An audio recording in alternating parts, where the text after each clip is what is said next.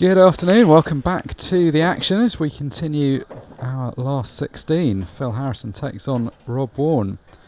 Mark Shepherd and Neil Raybone with you for this one. Just saying off air, Neil, this looks like being a cracking match. Yeah, great match, Mark. Yeah, obviously I've watched a bit of Rob the weekend. Rob's playing well, and he's a big practicer. And Phil looks like he's getting very close back to his best after arguably after the first couple of years of Alton Paul not really doing himself justice, and then now he looks like one of the best players on the tour. Yeah, I mean it's a bit of a strange one because it wasn't even that bad a run. I mean he won the Masters in the first year and had actually had a pretty good run, but it's just because he's such a top player. We regard it as a lean spell when he's not winning multiple tournaments. Yeah, and obviously the way he goes about his finishes and his patterns, he doesn't really make any glaring errors, so he's always going to be a tough opponent to beat. This is a great chance though this weekend. I mean the rankings only tell you so much, but seeds 1, 2, 3 and 4 are out and Phil is seed 5, so on paper he's the favourite at this point. I think that ranking aside though, that's the way he's played is actually probably the more relevant factor. He looks really good. His last round match against Connor Jones wasn't really being put under much pressure, but just pretty much flawless the whole way through that match.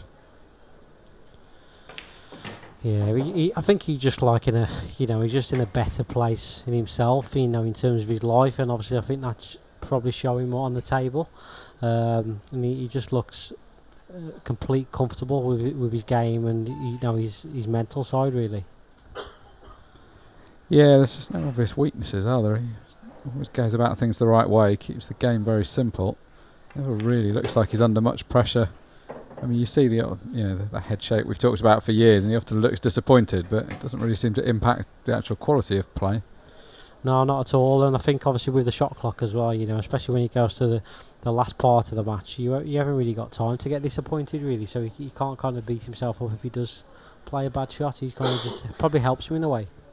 Yeah, we were saying that earlier in the deciding frame that was being played to the 15-second shot clock. Actually, if you've got a long time, you're sort of dwelling on the fact it's a decider, but when you've just got to go around and pot the balls, there's nothing really to think about. No, not at all.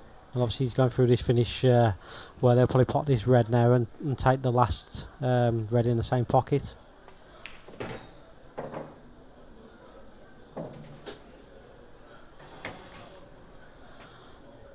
Touch pacey, but he's still comfortable, Mark, isn't he?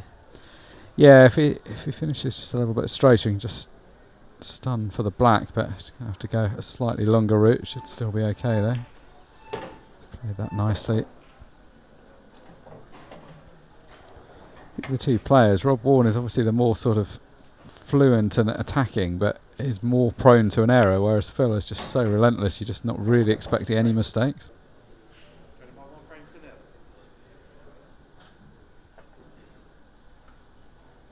Rob Wharne's always got a massive break.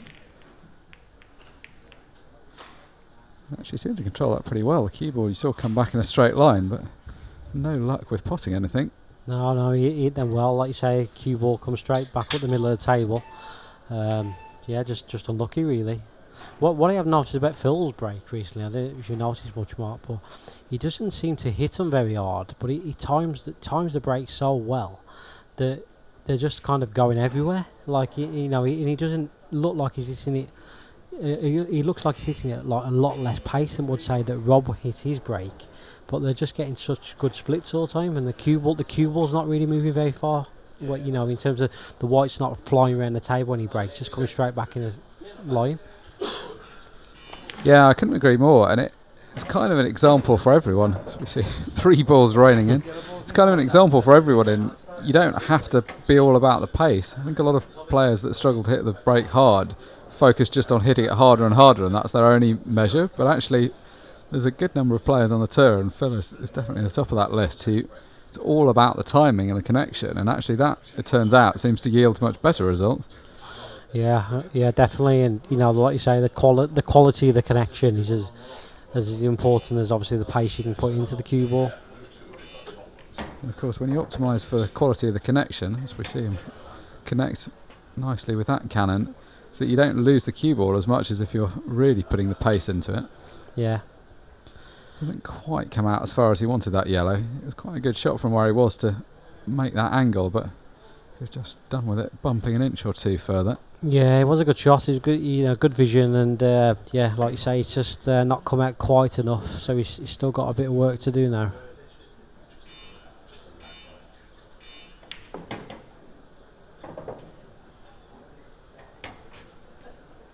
Can potentially force an angle off this one to cannon into that red off the cushion.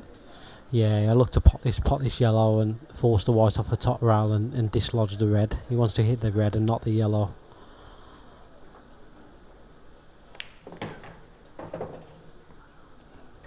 Didn't get enough screw on it.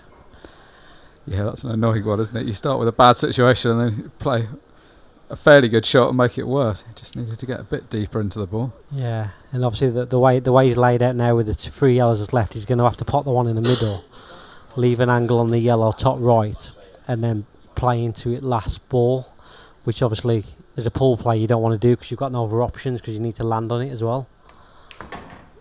Yeah, he done the right thing to try to get into it early. He's just, I think, come up short enough that he can play this. He was aiming to be a bit further away from the yellow. Yeah, I think he's, like you say, he's just okay. I think one more turn there, he can't get onto it, but I think he can still pot it and dislodge his yellow. Ideally, he'd like to come off the top cushion and come into the red, but the way he's looking at it, I don't know if he feels he hasn't quite got that angle. Yeah, I thought that was a shot as well, but he looked like he was looking to come off 2 rails. I mean, it never seemed ideal to hit the yellow. I assume he's just misjudged it and was trying to hit the red. Yeah, definitely. He tried to hit the red, and I think this time he's got too much side on, whereas obviously the time before he didn't get enough on.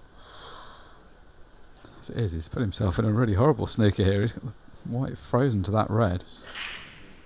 It's a really bad spot to do anything with because he just runs into the yellow.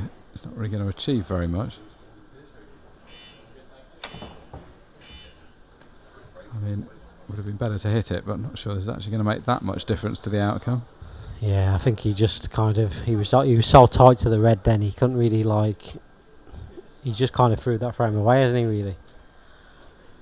See, the head shake, which is quite prevalent when he's playing well, is definitely in evidence now that's gone wrong. I think these frames as well, from Rob's point of view, they're so important in this match as well. If Rob is to go on and win the match, because you very rarely get these errors from Phil, do you really? No, that's the thing. Rob's going to have to do most of it off his own work, so if he does get given a rare chance like this, he's got to make hay. They're very different in terms of the way they go about patterns. Rob's all about the potting and can at times have a fairly loose cue ball, whereas Phil generally doesn't play any difficult pots, just always seems to be in position.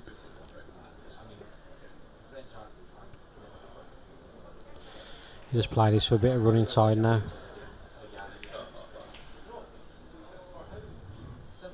See, in these kind of situations, you can't be doing that against Phil, can you? He did come down. He wasn't as straight on the red as he needed to be to get on his last red, and obviously because he's had to play it with running side, he's just gone thick. Yeah, it's a shot that it would be hard to have missed playing ball, but he didn't really expect him to miss it. I mean, it's sort of this slightly awkward side to be playing the pot with, but still, it wasn't the most difficult shot. That's a great shot from Phil. He's played and timed that really well.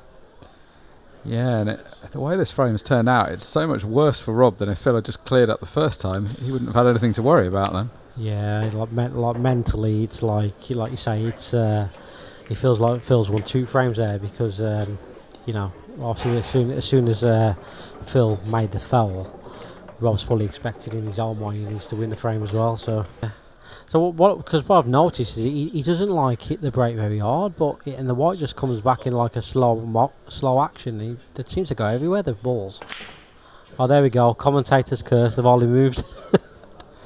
Well, and noticeably he hasn't hit that as well, because you can see the cue balls kind of come off towards the side cushion rather than the top cushion. I'm not going to say anything anymore. I just cursed him there. It's the worst break I've seen him all weekend. Yeah, he's digging down a bit. You just saw the white slightly lift off the bed of the table and just slightly off to the right of the pack as he looked at it. it's one of them as well. Obviously, whether not just thinking of why it made the balls. There might have been a little bit of a gap in the balls, and that's why they're maybe not open. And I think with the way that Phil's breaking style is, he definitely needs all balls touching because he doesn't need to with the utmost power that some other players do. Yeah, and that's a relevant factor actually, because it means that the break is much more suitable for these kind of fast conditions with professional referees where everything's likely to be touching. Playing on a club table where the balls sometimes can be harder to rack, having that big break where you just force the cue ball through regardless of whether the balls are together or not.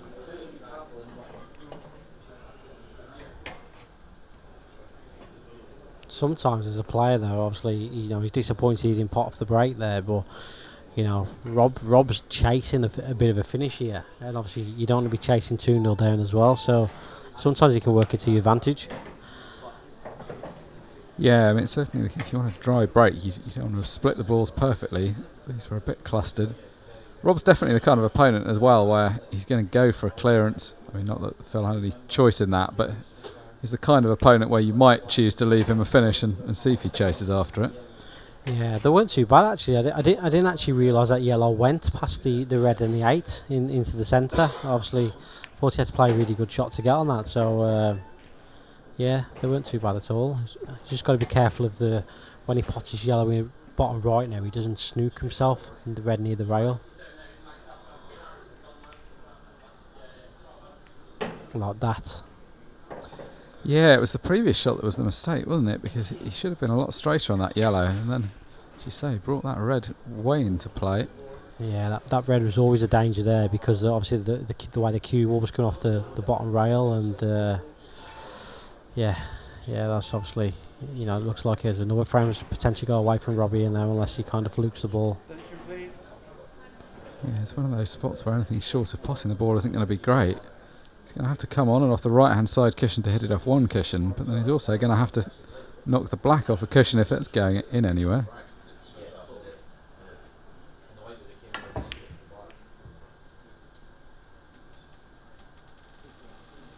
Well, not great, I suppose. The one saving grace is he hasn't left Phil nicely on any of the difficult balls to start with. Yeah, definitely. I mean, he's probably about as good as leave as he could have had, really, because he's not really got an easy ball on, has he, really? Obviously he's got that one, this one he's going for, but it's missable.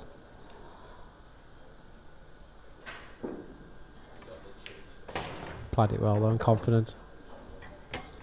Yeah, it was definitely missable playing at that pace. And it's one of them in his own mind, Phil's probably thinking I should have an easier ball than this to go for.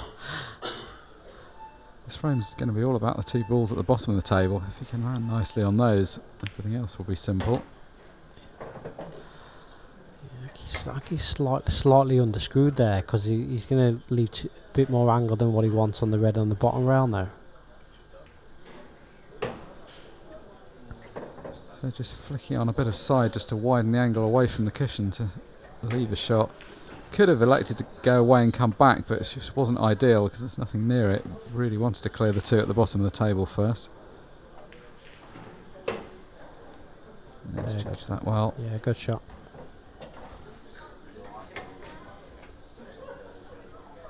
I just think like when I'm watching Phil play, he just looks like he's like in a good place. Yeah, and I mean that is a relevant factor both on and off the table. He just seems confident with his game, doesn't he? He's not. Sometimes see people that sort of look like they're struggling for a technique or they're working on something. He just sort of looks like he's fully focused on the game. And undoubtedly confidence breeds confidence. He's had a very good run, starting with that Players' Championship win a few months back. It feels like he's had a pretty golden touch lately. Yeah, that's what tends to happen. I think, Mark, that when people win, they seem to go on a bit of a roll, and you're seeing people winning events quite in quick succession. Undoubtedly, he would be good at other key sports, but that singular focus has served him well. I mean, it's just so hard to keep going at the top of the game, not just the maintaining the quality, but maintaining the motivation to keep doing it once you've won everything. Yeah.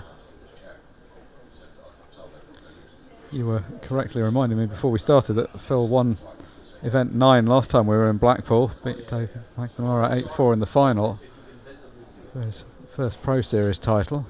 Already had a Masters title and has won the Players' Championship as well, so starting to collect the trophies now. Yellow ball's in play. Rob Wharne has reached one final, yet to lift the title, but you feel like it's only a matter of time.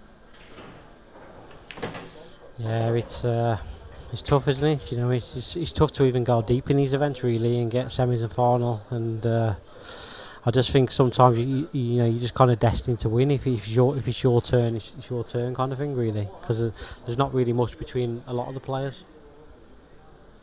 I always like that fact as well. At the beginning of the season, it's kind of like a blank sheet. You don't know who's going to have a good season. You just know some names are going to come out of the pack. See, after the first couple of events, it starts to take shape. There's also always an optimism at the beginning of tournaments, at the beginning of seasons, because no one's got any sort of bad luck stories to be telling. It's all the potential of the wins ahead of you. Yeah. There'll be some of those stories flying about after this weekend. So. Yeah, I was saying that to somebody yesterday when we were commentating on the first match of the weekend, of saying it was nice there were no hard luck stories. And they began telling me about a match they'd lost last season. Every poor player's got a spare story in the locker. Big shot here now for Rob, just to get a foothold in the match.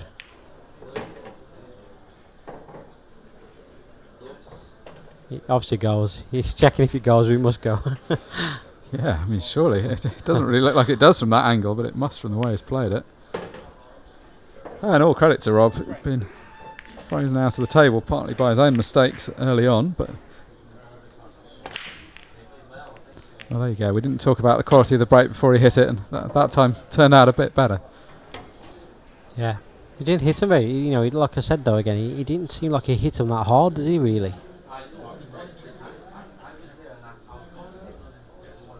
It's just complete timing, that is. Yeah, it wasn't an absolutely perfect hit. Just slip across the front ball ever so slightly, but still the timing was good enough. Obviously, you see some players break and they're throwing the body at it, and you know all sorts. And it's not like that with Phil really. And yeah, obviously, it's just a sign of he's probably playing more and practicing more and just hitting the ball better in general. That's the paradox of winning. Sometimes you get into better form and you actually want to practice more at that point, even though you're already in good form. So it turns into a sort of virtuous circle. Yeah.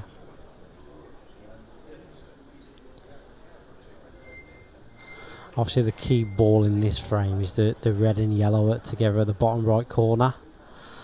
I assume he's going to leave, he's going to pot this red on the top of the end of the table and leave an angle to pot the red in the bottom the way his cue is, and then run into the yellow.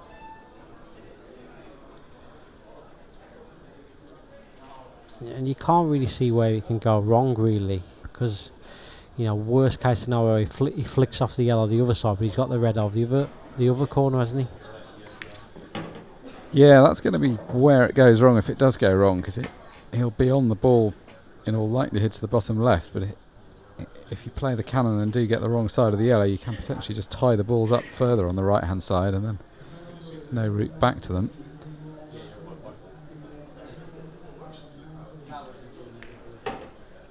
Unless he misses the cannon and then it can go wrong.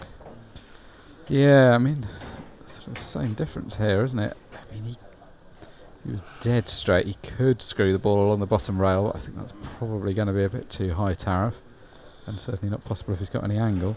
If he's not completely straight, he could maybe screw it, and if he catches the rail first and then he catches the outside of the yellow, the white could flick out as well. But obviously he's got to be so accurate to play that shot. That's what he's played. Oh, he's played it brilliant. Oh, he looks to the heavens because he's knocked the red onto the far jaw. I think he's still fine. He'll either look to like just chip it in and play the black in the top corner. He could go twice across as well. Could go like you know, put and go in between the two yellows again. Depends if he sees it really. No, he wasn't as thin as what he suggested.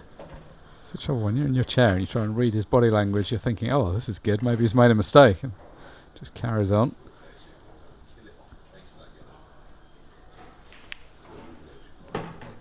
So normal service resumed. 4-1 now.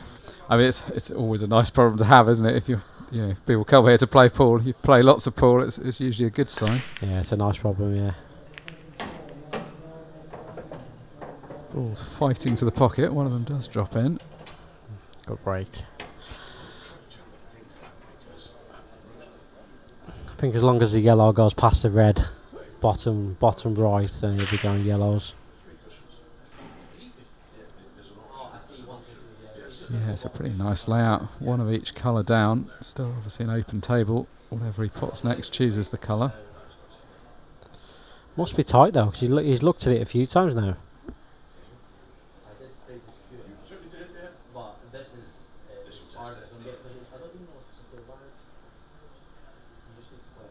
So yellows are the choice. This is the kind of clearance he needs. Fairly straightforward one. Looks like that ball being tight will be the only difficulty. This one to the left centre is fairly acute angle, but he has dropped nicely behind it. That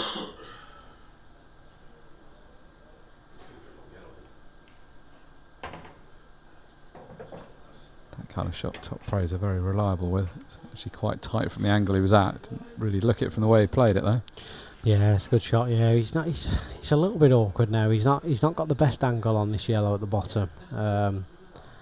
He might not be able to get that close to the next yellow. Yeah, I thought that because he just didn't have the angle. He just run too far up the table. Yeah, neither option was great. He could have played it with topspin and tried to come off two cushions, but that red was playing quite big on the left. Yeah, He tried to screw past it, and then it also played quite big. So he's going to have to play another shot. This is actually the kind of shot he's pretty good at. Not every player would love leaving this, but it's not really something that bothers him very much. Yeah, his potting is as good as anybody's. I think obviously the main difference is probably Phil's cue ball's a bit tighter, but potting wise, you got to fancy to get pot most things, to be honest. Yeah, we've talked about this commentator's curse now. It's starting to get a bit costly for the player. We didn't know how tight he was, because even at the start of the frame, he looked at that yellow probably 3 or 4 times before he went yellows. I think it was a shot you wanted to be playing from down near the middle pocket. It wasn't ideal. You saw he had to favour the outside jaw to make sure he didn't hit the red. It did just make it that bit harder. Yeah, and obviously he was playing at pace as well, so obviously to screw the ball out for the 8 ball as well. So yeah, that's another one. Rob's let slip really.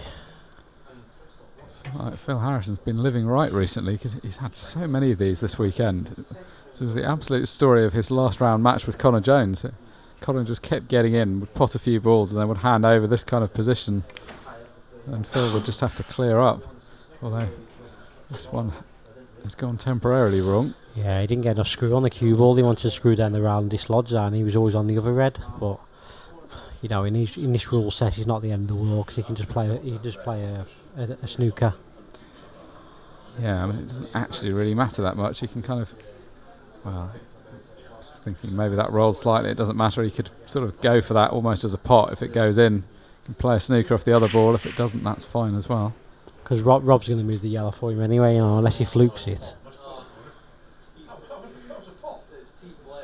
That's okay. Yeah, it's a really harsh position Rob's in, because he's basically played that shot as well as he could. Hasn't left a lot, but he has just left another immediate snooker, so he's going to find himself back in a very similar kind of spot. Yeah, it's one of them really. I don't think he can keep playing the shot he plays, because 1, you're not really getting any advantage. 2, you're losing the match anyway, and there's a clock against it, so you might as well just get it over and done with really.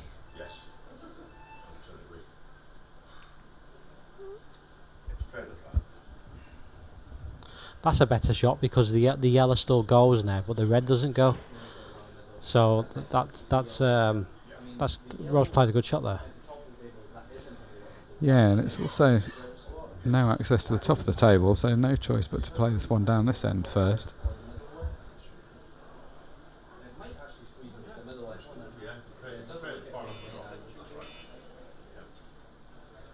Still favour the position that Phil is in, but just a little bit of difficulty now. There's a case that you don't pop the ball here and you just roll to the red at the bottom of the table because you can't really do anything anyway.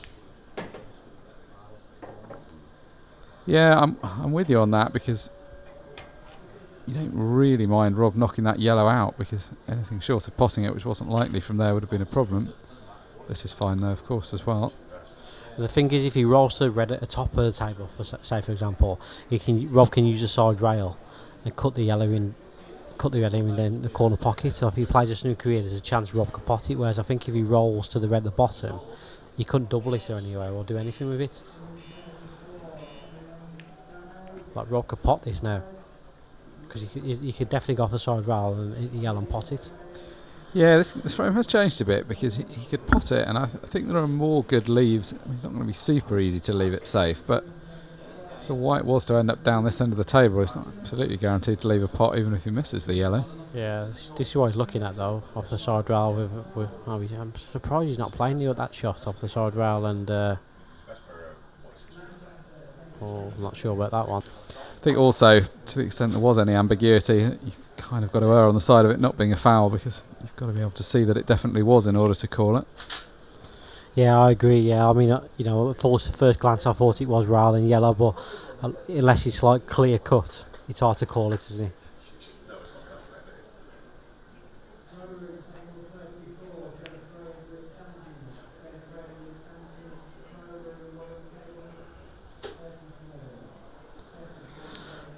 Two options for Phil there, the Mark. He can either clip off it and snooker Rob back, or he can go for it.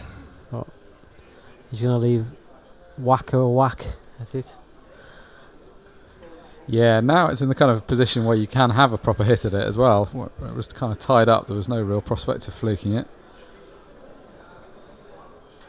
He has left an edge, hasn't he, I think? So he'll have to cut to the corner. He'll have to pot on the black. Almost. It's not a bad leave. It could have been a better leave for Phil. Hence a little bit of a shake in the head. Yeah, I mean, this is a frame where Phil was a heavy favourite a moment ago.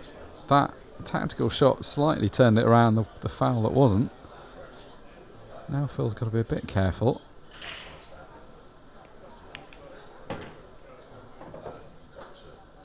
So, no real choice but to go for the finish. He's going to have to play another good shot though.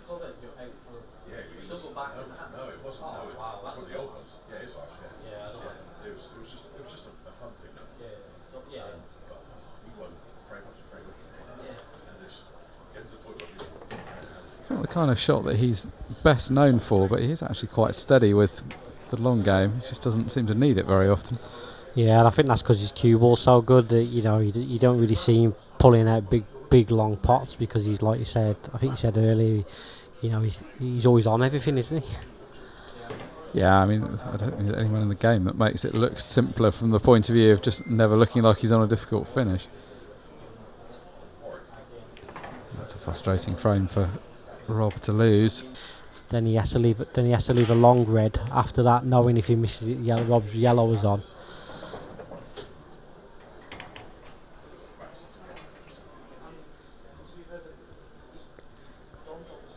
He plays with quite a long cue, doesn't he, Phil?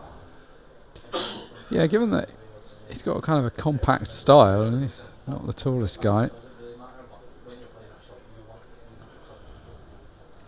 I mean, I don't think it's long in the overall scheme of things, but long relative to the fact that he's not the tallest player. He's getting to the stage where people are starting to throw frames away. That's kind of the nice thing when you're a top player and you're in good form. It's like you get that sort of fear factor. People start failing to bring their A game. He's definitely been the beneficiary of a few gifts this afternoon. Yeah, I think that just comes with winning and doing well. That people tend to make mistakes against you. It's weird, really, but it does happen quite a lot.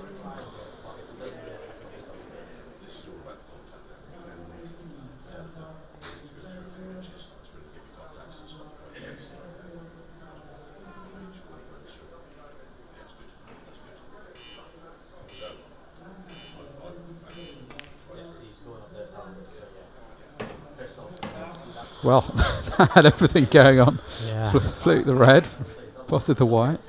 It's a shocker there for Phil, to be honest. He's, you know, it's not like he's very uncharacteristic there. It's not like he's like played a shot, has it? He's like a bit of a swipe, has it? Yeah, completely. He almost got quite lucky. If the red drops, the white looked like it was going to be cannon away from the pocket. I can only think that he tried to play the red off the yellow that was on the side rail, and then off the yellow or red again to dislodge the two balls that are tied together now.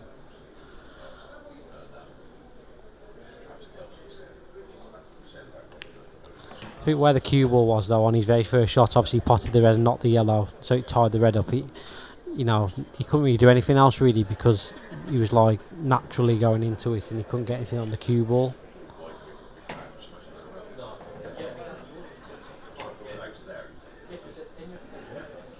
Rob just having a look at the tip of his cue. Didn't seem like that was a shot where you don't expect it to have damaged the tip, but maybe you just noticed something. He's okay, I think. Just needs to drag this in, you know, and make sure the cue ball doesn't come up too far up the table. Yeah, it's maybe a little thinner than it looks, but the yellow to the bottom left does pop from most of the bottom half of the table. Yeah, played it well, like you were saying. Just get a bit of drag on that to kill the pace of the white.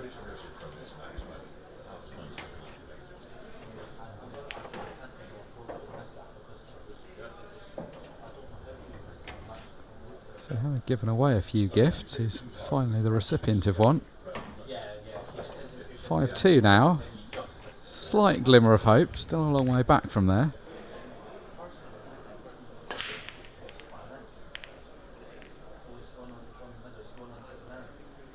Come up dry, but I'd say he's remarkably controlled with the white on a break where he kind of looks like he's throwing his arm at it, but does always seem to find the middle of the pack, and the white more often than not comes back in a pretty straight line. Yeah, you can't really do much else really. You know, he has it with some power, and you know, obviously the white was never in danger of going in off.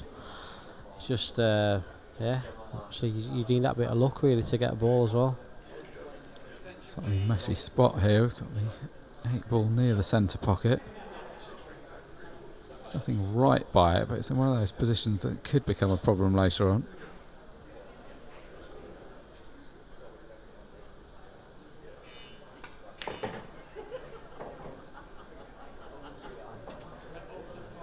Well, he hasn't landed on the ball at the rail now, has he? That would be very helpful if he had. Not sure if he played to land there, but yeah, he's probably on it as good as he can be now. So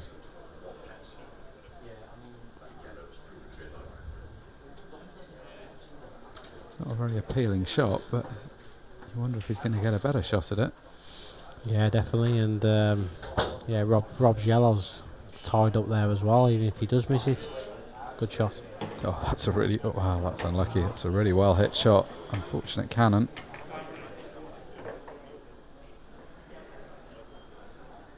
So he can turn a bit now, doesn't it? You know what I mean? It's like, you know, if Rob does manage to clear here, you know, there's going to be a lot of pressure on Phil's next break. When you see that as well, that was really pretty unlucky. That Yeah, it was. cannon the ball like that and still find the middle pocket. And of course the ball in hand meant that Rob could drop in behind the difficult one at the right rail. Ball that he's closest to obviously goes to the left middle.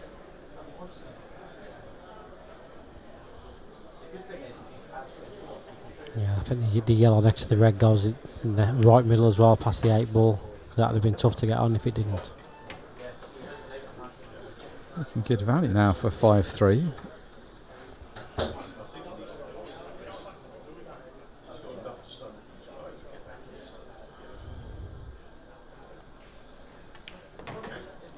Just got to make sure, now, obviously he fully expected to pot the 3 yellows now, we just got to make sure he leaves a correct angle on his last yellow so he can float the white to the top of the table with the 8 ball. It's a spot where there's a fair margin to end up on it, but if you're at the bottom of the table you've really got no shot at all, so you've got to make sure you do leave that angle. He's just got to make sure he doesn't come too far up now, then he leaves the yellow in the left centre and then he can just float up.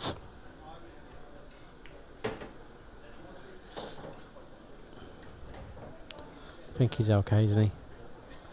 Yeah, he's just got the angle. He's just got to miss that red. Just drift between the red and the black. He's played that well. Well, a minute ago at 5-1, it didn't look like Rob had much of a path back into this match.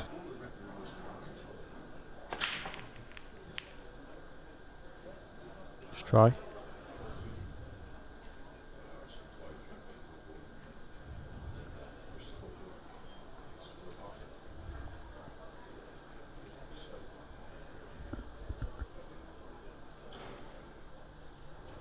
Not a bad strike. Gets a reasonable split on the pack. A bit of work to be done here. We've got yellow and red tied up and the black tied up with a couple of reds at the top of the table.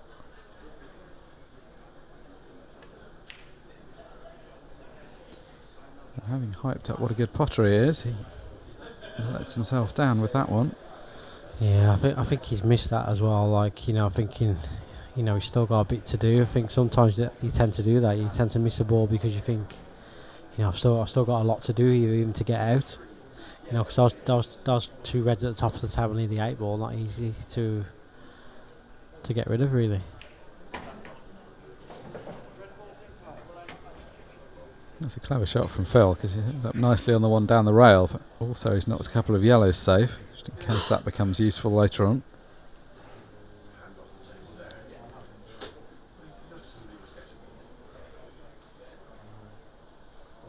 Sometimes you can work to your advantage. Some things like that, you know, like Rob's missed the first red, and now Phil's going for them, and you know it's not an easy finish at all, really. And sometimes it can work out better for you.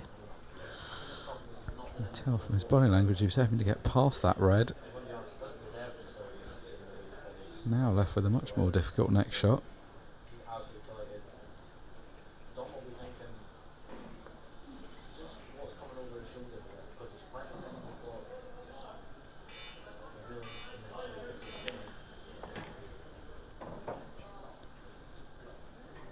Good pot, but never going to be easy to get perfect position.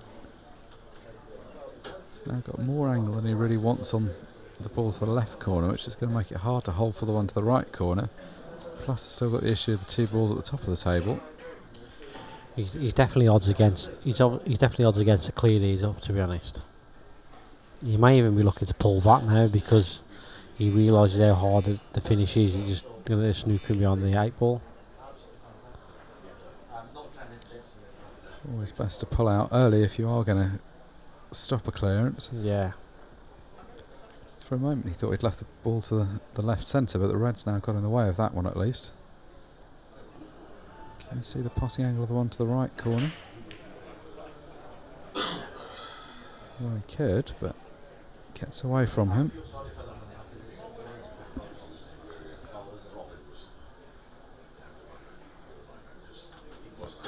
It's not a bad leave though. You know, he's a bit thin on the ball at the bottom of the table. You'll have to kind of screw into the ball that's near the bottom right hand corner now. Yeah, I don't think the angle was there. Just to play it naturally, you had to screw across. Yeah, and that's quite a costly miss because he's now got a lot of travelling to do to go back and retrieve that ball.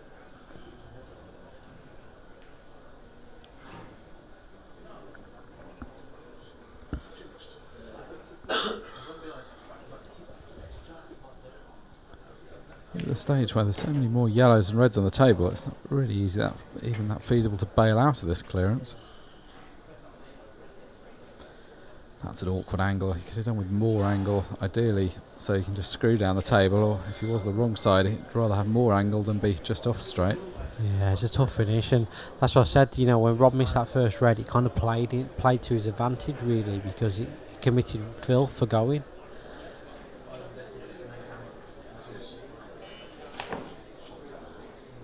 Well, I'll tell you what, I mean, that was an amazing positional shot. I know he's missed the ball and gone in off as it happens, but to force the cue ball anywhere near there was fairly extraordinary from where he was. It's great vision, like to arc it down there. Great vision. As it was tracking straight for the corner. It looked inevitable, but from the angle he was playing it, that wouldn't have been his primary concern, I don't think.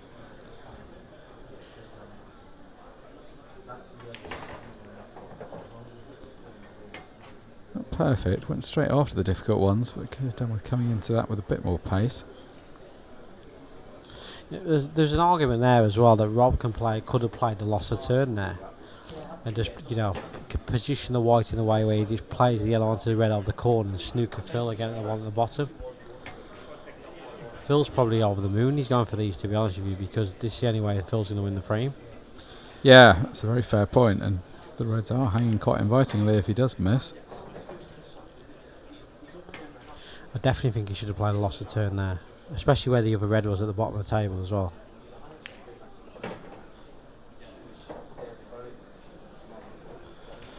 I mean, Rob's such a good potter anyway. That, he could get out, but he's more likely to miss them and lose the frame if he'd have played the loss of turn. I think he's going to win the frame more times. Yeah, if he does complete this clearance, it's going to be a good one because he's had to play some shots. He's going to have to play one final one because it's not going to be possible to get perfect on this yellow. He's going to have to screw back for the black. Actually got quite a big target. That's actually quite a nice angle because it's just going to come naturally over towards the right hand side of the table. Good shot. Yeah, it's kind of cued it too well, really. So I still fancy him to get it. Tight past the red as well. No problem for him. Over on the main table, action getting underway. Aaron Davis won to the good against Greg Batten.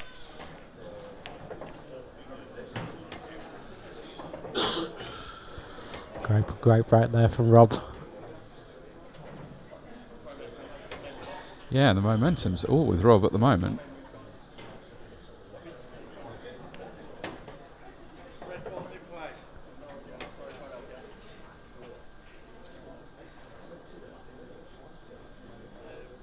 Just see the sort of spring in his step as he walks around the table. I think he quite fancies this now. Yeah, it's not an easy finish really because the 8 ball's not easy. Like, I'm not sure if it goes past the yellow bottom left, and if it did, when he potted his first red, that would have been his last red for the 8 ball, but he didn't really have many options really to go for any other pots.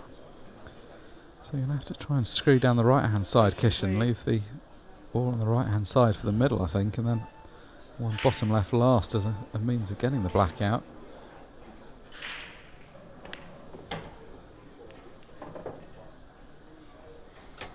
Well, was able to bump into that, so same difference effectively. Oh, how's his luck?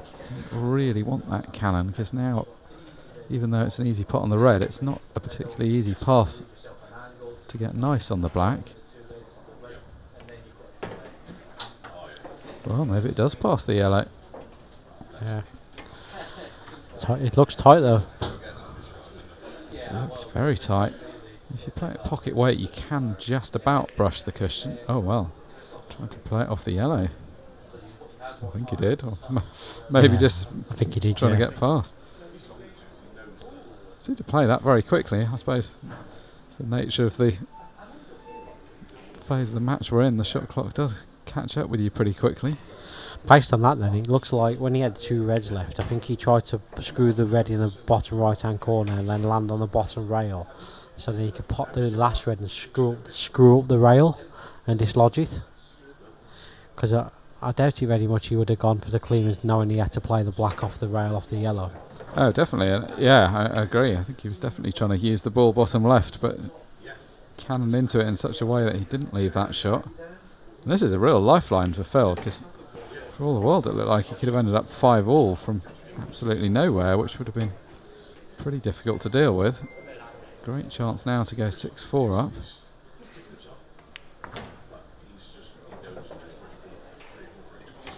Good shot there from Phil. He didn't land great then on that ball, but he played that well. Yeah, he's now the one with the spring in his step. Time starting to become a factor in this match. Had it gone 5-all, you wouldn't have been absolutely sure the match was going to reach a conclusion, but now 6-4. It's got just over 6 minutes remaining on the match clock. Black safely down. Just needs to try and get something with one of them. Good break. Yeah, ball went at speed into the middle pocket. Messy table though. And hence that's why he dropped his shoulder when he broke. Yeah, it's the lack of a starter, because the Reds are okay if he could just get going, but it's not ideal from where he is. Especially given the short shot clock now, so couldn't find a red to get started with. Go on yellows. He's got difficulty of the ball right up near the baulk cushion. He had a shot there though. You know, if he'd not come through as far, then he could have potted this yellow, nudged the red away, the red and yellow here, and then played the yellow long past the red. This is where the time's starting to be a factor. You can see he's starting to look a bit rushed. Yeah, the time's definitely a factor now.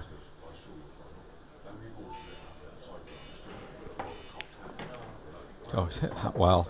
Given the speed he had to play that and bridging over a ball. Has he landed on this to the middle? I think he tried potting off the red and it went in clean.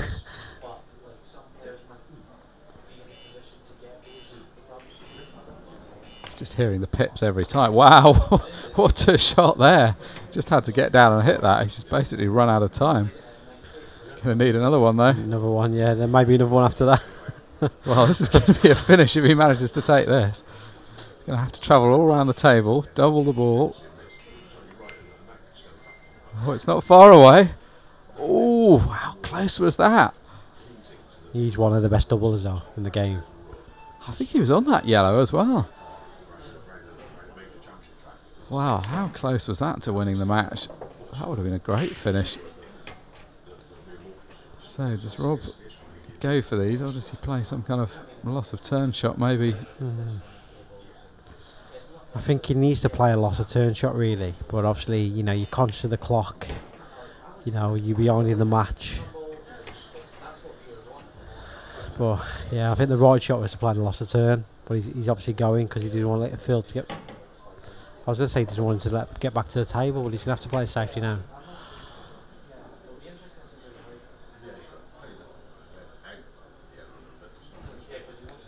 Well, it's a very good snooker, so he's got every chance of getting ball in hand. Phil's going to be in no rush to play this shot.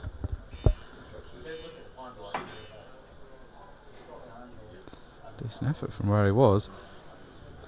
Still got the problem with the red on the side cushion, even with ball in hand, it's not ideal. See, the right shot is to play the loss of turn again, but because where Rob is in the match in terms of scoreline and time, he doesn't want to play it. Yeah, I mean, it's hard when you're out there, you haven't really got time to analyse, but I think had he played the loss of turn the first time around, there would still have been 3 minutes on the match clock, a minute maybe to finish this frame, and then he'd have still had time. He's now got one more chance. He's just going to screw down the left hand side, get into that red. Oh, just played a double in the end. I just think the loss of turn was a shot anyway though, because it was his break, you know what I mean? I know he's potentially thinking he can't win the match. Shot Rob, it's a good double. Good double. Yeah, it is. No, I couldn't agree more. I think it's just the time pressure that's got to him. Very good clearance though from Rob Wharne, and he is only one frame behind. It was a good shot, the way it looked like where he landed. Wow. So he nearly went in off twice there. Got kicked away, then got kicked away again, and then the yellows are on. Ball's raining in the pocket, which is what he wants to see. Watch this. So it's going in, then it kicks away, then it going in again, then it kicks away again. That's amazing, isn't it, when you see that replay? So he's got time. He's just got to hold himself together now, make these pots. What he can't afford to do is miss. That's the killer. He doesn't have to rush. Oh, it's a good nudge on the red. That's just kept position. Yeah, good shot. So just pot this red now. Maybe he might have to come twice across because he's a bit thin on it. And then as long as he lands anywhere near the yellow, he's perfect. There we go. Needs a bit of a bounce. Still okay. Yeah, he'd have loved to be close to straight, but he can still play the shot. The thing is now, though, does he slow down and think he can't give Phil enough time to get a clearance? Yeah, I was going to say exactly that. I think at the moment he's just thinking about rushing. I think he's okay now because, yeah, now he's realised where he is. He's just going to take a bit longer. I think he's going to leave this in a position where Phil just won't quite have time unless he has a miracle break. He definitely doesn't want to be rushing this, does he? Take the full allocation because he's going to leave barely 30 seconds, which isn't really going to be long enough. No, it's a tough place to be, isn't it, really? Because obviously, you know, he's obviously just essentially played for a draw, hasn't he? You know what I mean? So there's not enough time to win the match.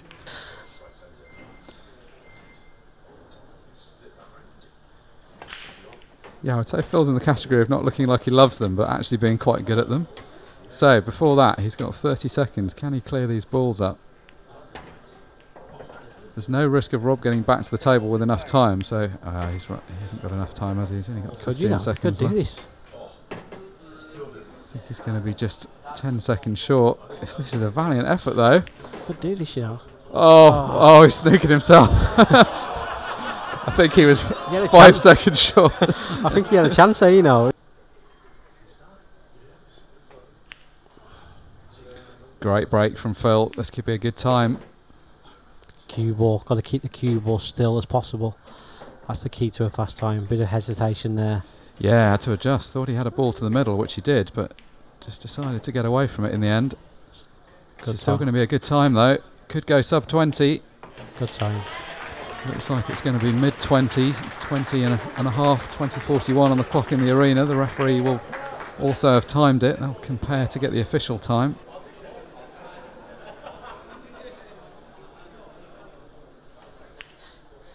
It's not a bad break. He could do it. It's actually broken out very similar to Phil's. Can't afford to miss anything. Oh, he's in here. He's got every chance. Oh, has he hit that hard enough? That's going to be a 5-second foul as well. Oh, this is all gone. He was perfect there as well. Oh, he's let that go. He's going to have to offer the handshake. Wow, what a disappointing end. That was a good break. He could actually have done it from there. He's going to be gutted as he leaves the arena.